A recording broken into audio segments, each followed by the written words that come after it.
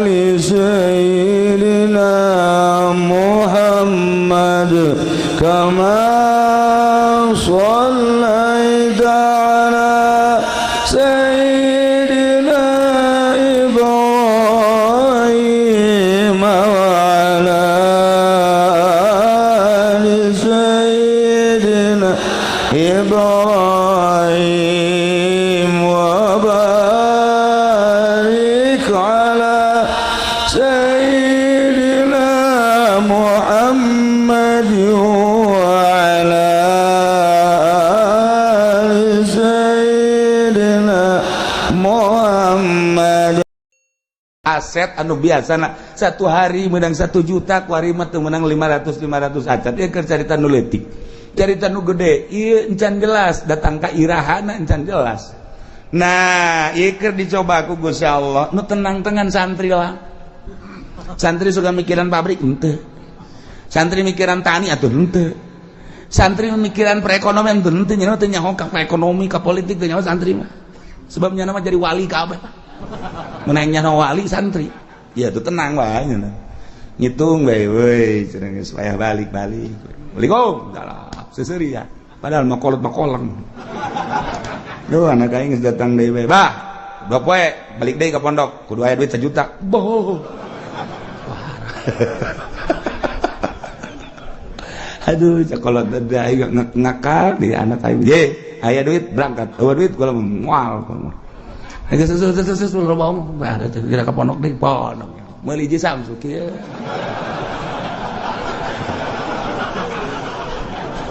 atuh nyaritakeun politik deh politik nyaritakeun ekonomi deh duit aing ngambalaya taloba baca geus cenah mah atuh geus nya mah jadi wali bae pokona mah geus nah pang tenang-tenang geus jadi santri geus ngitungan bae ngaji mah tilok ngitung balik deh bae teu nyaho santri mah geus teu nyaho naon pokona mah ngaji ibadah geus teu nyaho naon jasa najan anu mikiran bae ge sugan atuh jadi kitu motivasi dah henteu atuh mani nyana salat berjamaah tas berjamaah pondok ngaca Quran tadarus Allahu lazim dak masak beres beli botan dak duit aing ambual aya ti bapak aing puguh bapak nama ngedagang naon gitu ngartoge geus teu nyaona naon ya dagang dangdeurnya nanjak kesangan tengah jalan kesangan kosokan heula ieu dorong deui ka ditu jual datang anakna duit bah meuli gudang garam kadeleun nama rokok padahal kesang bapak eta cucu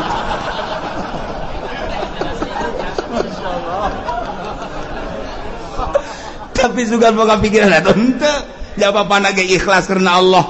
lantaran cak bapana aing ridho jasa aing dagang dangdeur capek ge tah pake ngabiayaeun sia komo sia bisa ngaji teu bisa ngaji ge aing nitipkeun ka sia teh keur macaan Quran ngajelaskeun Quran hadis eta teh ucapan Allah ucapan Kangjeng Rasul geus atuh pokona mah aing mah penting mah sorga we coba mantep teh coba hei kolotna ge senangeun ya eta teh nyana anu di deuleuh akhirat coba sakola hayo mere duit tak 3 juta jadi ibadah wallahu a'lam nu dibaca anak kitab naon dan lain-lain sebagainya jadi ibadah kalau wallahu a'lam datang deui minta duit hak tak dipake poya-poya ku anakna keur carita bener bae heulanan sakolana wallahu a'lam jadi ibadah wallahu a'lam teu buka tuh hate sia bego kalau teh ieu mah keur nu capek bae tah mere ka anakna keur carita bisa ngajina geus pohara keur teu bisa ngajina dicatet ku malaikat masyaallah anakna cicing di pondok keur berjuang ngalaksanakeun muacaan kitab Allah dawahan Rasulullah dawahan ulama dibiayaan ku bapakna anu gantar wasilah ngabiayaan anakna memeh anakna ka sorga kudu bapakna heula amin sa anak sia teu sakola teu mondok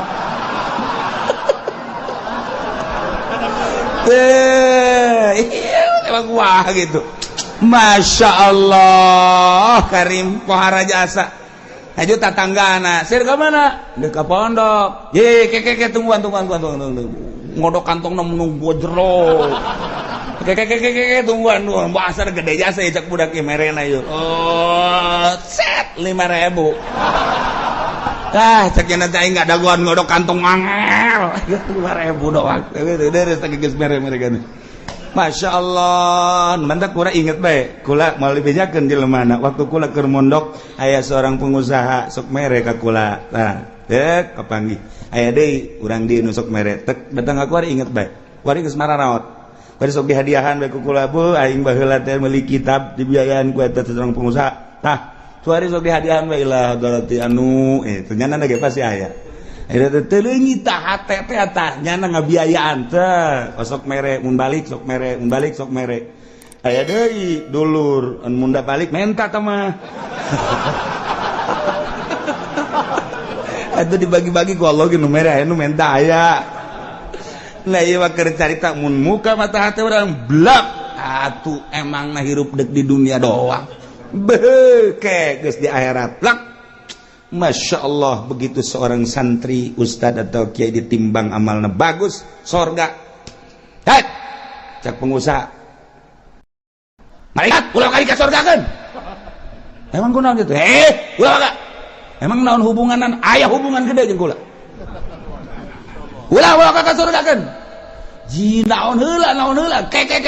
tanyakeun eta kitab nu dibaca ku nyana nang meuli saha tanyakan tad emang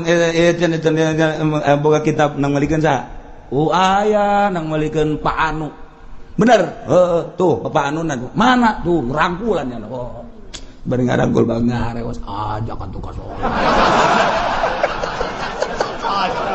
jadi tuh atuh usul lain mah pokokna mah ieu ustad bisa baca Quran bisa kada kitab pan kitab nanti Bapak bejakeun ka Gusti Allah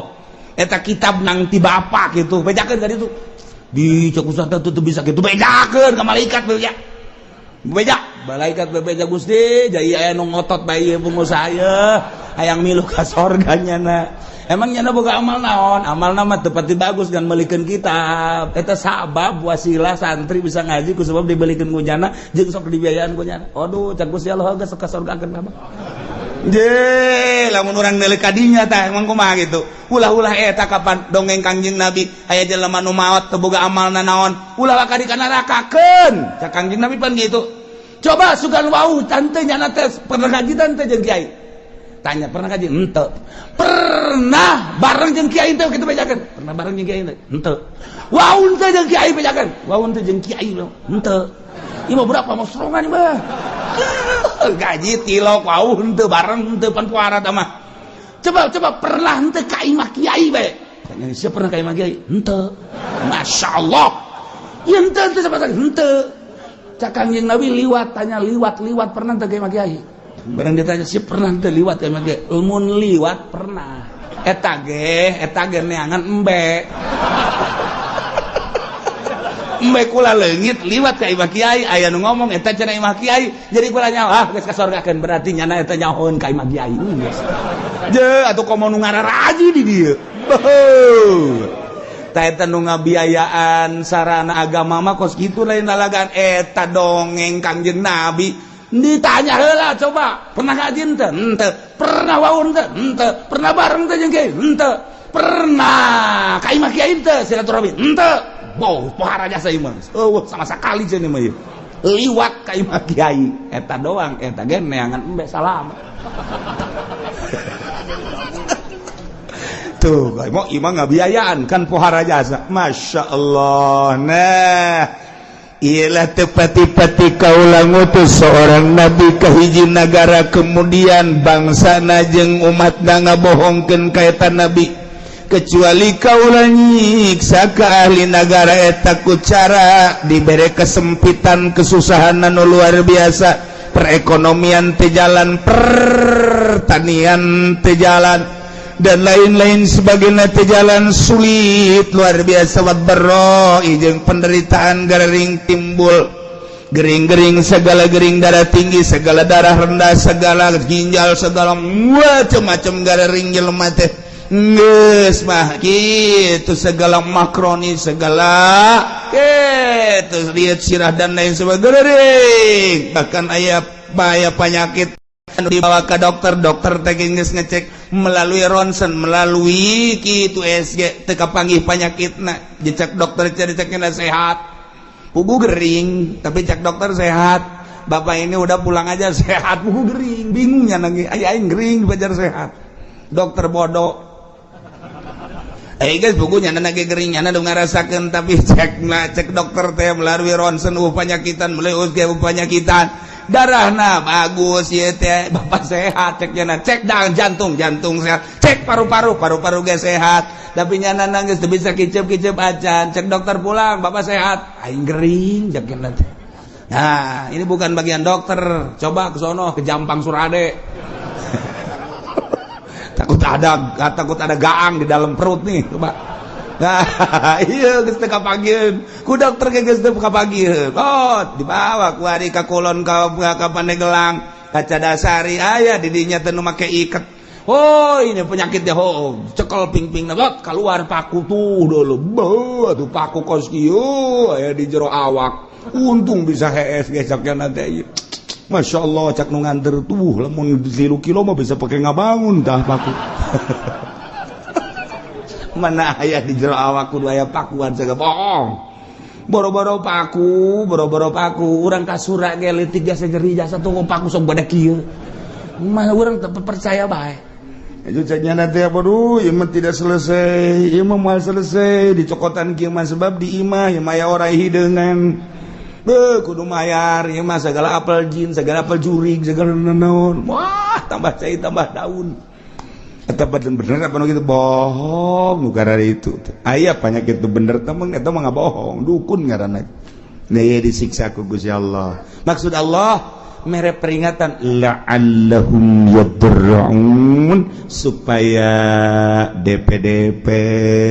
supaya tunduk rendah diri kadituna iman ka Gusti Allah nu kafir supaya iman supaya percaya ka utusan Allah anu geus iban ka Allah supaya balik tobat ka Gusti Allah supaya mantep menghadap ka Gusti Allah subhanahu wa ta'ala. Summa badalna makana sayyatil hasanah tuluy ku kaulan wagung digantikeun dibere eta kaum teh ina tempat kesulitan ka gorengan teh ane siksa al hasanata kabagusan nu tadina susah jadi sugih anu tadina gering jadi cager ku ari mah ku Gusti Allah teh dibere mahmur anu tadina dibere susah dibere gering ganti ku Gusti Allah dibere ku ari mah tina tadina panas jadi tiis tadina teu jarara di taneuh teh jadi tadi perekonomian macet kuari jadi makmur terus jadi jalan dan lain sebagainya geus kesimpulan nama susah jadi sugih gering jadi sehat hatta afau sehingga tina subur tambah harta tambah loba munding tambah loba sapi tambah loba domba tambah loba ayam gitu kan kendaraan tadina boga motor hiji jadi 2 jadi 3 mobil gitu kan bahkan jeung pemajikan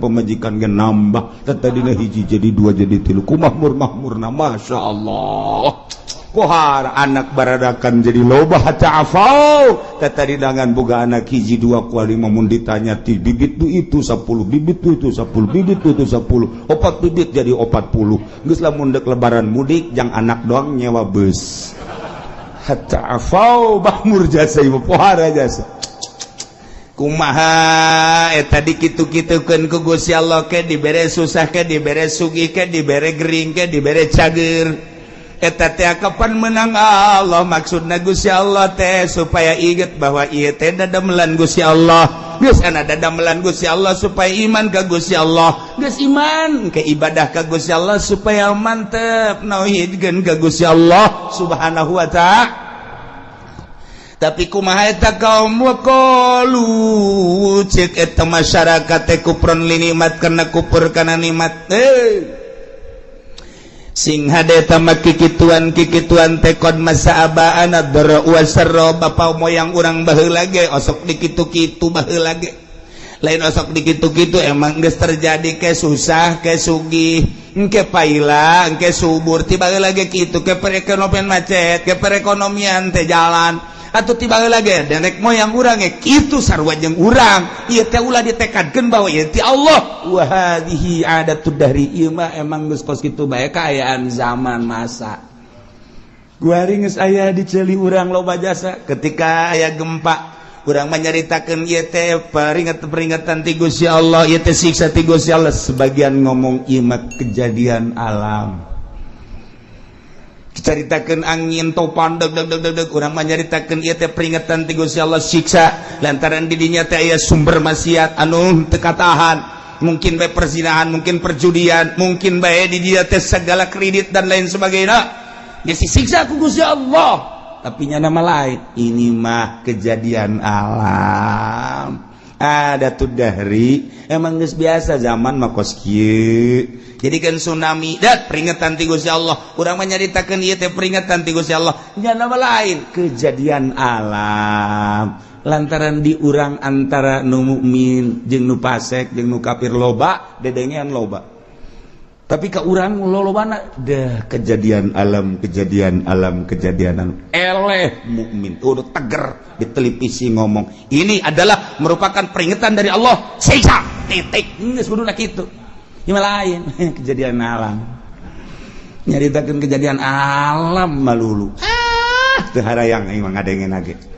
eueun tegas ya kitu ta ka Allah hati-hati kita kembali kepada Allah kuduna mah di TV kitu hai para kafir iman kepada Allah coba nya di sel geus lah pokona nekat guru ieu mah kejadian alam deui da iya jelema nu kalalupur nikmat teh ngomongna teh qad masa'aba anadra wa sarra urusan kos kieu mah tuh bapa moyang urang emang kakeunaan baheula aya susah aya sugih aya panas aya tiis aya masyarakat aya menan gitu ngaranna aya keur paila aya keur subur atuh baheula ge karari itu ke ku Gusti Allah dibere angin teu Gusti Allah engke ge aya angin ke gempa emang ieu mah wahadhi adatu dahri walaysat biuqubatin minallah lain siksa Allah ieu mah kejadian alam tiba heula na geus kitu nurun ka urang ayeuna nu mantat caknya geus pakunu ala ma antum alaih geus sing araya maneh mah maneh bae geus ulah nyaritakeun Allah geus mah lain siksa Allah lain kejadian alam maka lamun ku Gusti Allah geus diperingati melalui paila melalui panas tapi teu daek iman ka Gusti Allah teu daek sadar merendahkan diri ka Gusti Allah ketunggu cek Gusti Allah ujung-ujungna fa akhadnahum baghtatan wa hum la yashurun teh ku Gusti Allah disakalikeun siksana bagtatan teh sakaligus kaget sekonyong-konyong wa hum la yashurun bari manehna teu nyaho kana waktu datang na memena sugan aya kitu warning sen-sen teu aya langsung bae emang kamari ieu waktu aya tsunami Aceh teh emang aya peringatan teu aya jeger kabeh ka bawah waktu kamari ieu di Padang emang aya peringatan awal geus ku Gusti Allah diperingati awal tapi kaberani itu udah tetap teu iman gak gempa sabaraha ribu manusia anu teu disalat teu Sukabumi gempa Garut gempa Yogyakarta gempa